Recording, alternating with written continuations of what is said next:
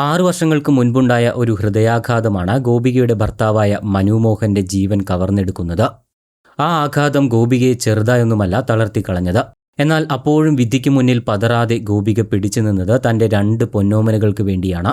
പിന്നീട് പറക്കമറ്റാത്ത ആ 2 കുരുന്നുകൾക്ക് ഗോപിക അമ്മയും അച്ഛനുമായി. വിധിക്ക് മുന്നിൽ തോറ്റുകൊടുക്കാതെ പ്രതിസന്ധികളോട് മല്ലിട്ട് ഗോപിക പിന്നീട് MCA പഠനം പൂർത്തിയാക്കി.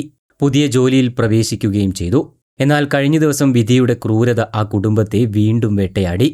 ഒരു നരാധമന്റെ അശ്രദ്ധയിൽ ശരീരം ഞെരിഞ്ഞമർന്ന് ഗോപിക മരണം വരിച്ചപ്പോൾ ആ കുഞ്ഞുമക്കൾക്കില്ലാതായത് തങ്ങളുടെ ഏക ആശ്രയമാണ്. കൂട്ടുകാരിയുടെ കൈപിടിച്ച് നടന്നു പോകുമ്പോൾ തികച്ചും അപ്രതീക്ഷിതമായാണ് ഒരു കാറിന്റെ രൂപത്തിലെത്തി ഗോപികയെ വിധി കവർന്നെടുക്കുന്നത്. ആദ്യം അച്ഛനെയും ഇപ്പോൾ അമ്മയെയും നഷ്ടപ്പെട്ട ആ പിഞ്ചുമക്കളുടെ വിങ്ങൽ കണ്ടു നിൽക്കാൻ കഴിയുന്നതല്ല. എന്തു പറഞ്ഞാണ് ആ മക്കളെ ആശ്വസിപ്പിക്കുക? നിയമപുസ്തകങ്ങളിൽ ഇത് മനഃപൂർവ്വമല്ലാത്ത നരഹത്യ എന്ന വാക്കുകളിൽ ഒതുങ്ങിപ്പോകും. അയാൾ തൻ്റെ കുടുംബവുമൊത്ത് സാധാരണ ജീവിതത്തിലേക്ക് മടങ്ങുകയും ചെയ്യും.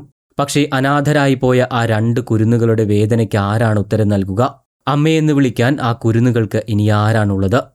കഴിഞ്ഞ ദിവസം പുലർച്ചെ 5:45 വൈറ്റില കടവന്ത്ര റോഡിലാണ് അതിദാരുണമായ അപകടം നടക്കുന്നത്. വെൽകെയർ ആശുപത്രിക്ക് സമീപം പാരഡൈസ് റോഡിലേക്ക് തിരിയുന്ന ഭാഗത്തായിരുന്നു അപകടം നടന്നത്. സമീപത്തുള്ള വനിതാ ഹോസ്റ്റലിൽ താമസിക്കുന്ന ഗോപികയും സുഹൃത്തായ മുസീനയും ഇവരുടെ കൂടെ താമസിക്കുന്ന കൂട്ടുകാരിയെ വൈറ്റില ഹബ്ബിലാക്കിയ ശേഷം തിരിച്ച് ഫുട്പാത്തിലൂടെ നടന്നു വരികയായിരുന്നു. ഈ സമയത്താണ് കടവന്ത്ര ഭാഗത്തേക്ക് പോവുകയായിരുന്ന ഒരു ഊബർ കാർ പൊടുന്നനെ നടപ്പാതയിലേക്ക് ഇടിച്ചു കയറുന്നത്. ഗോപിക നടപ്പാതയിലൂടെയും മുസീന നടപ്പാതയ്ക്ക് താഴെയുമായി കൈകോർത്തുകൊണ്ടാണ് നടന്നിരുന്നത്. ഇരുവരെയും ഇടിച്ച ശേഷം വാഹനം സമീപത്തെ പോസ്റ്റിലിടിച്ചാണ് നിന്നത്. പോസ്റ്റിനും കാറിനുമിടയിൽ കുടുങ്ങിപ്പോയ ഗോപികയെ തൊട്ടടുത്ത ജിമ്മിലുണ്ടായിരുന്നവരും പിന്നിൽ വന്ന ബൈക്കിലെ യാത്രക്കാരും ചേർന്ന് പുറത്തെടുത്ത് സ്വകാര്യ ആശുപത്രിയിൽ എത്തിച്ചുവെങ്കിലും മരണം സംഭവിക്കുകയായിരുന്നു.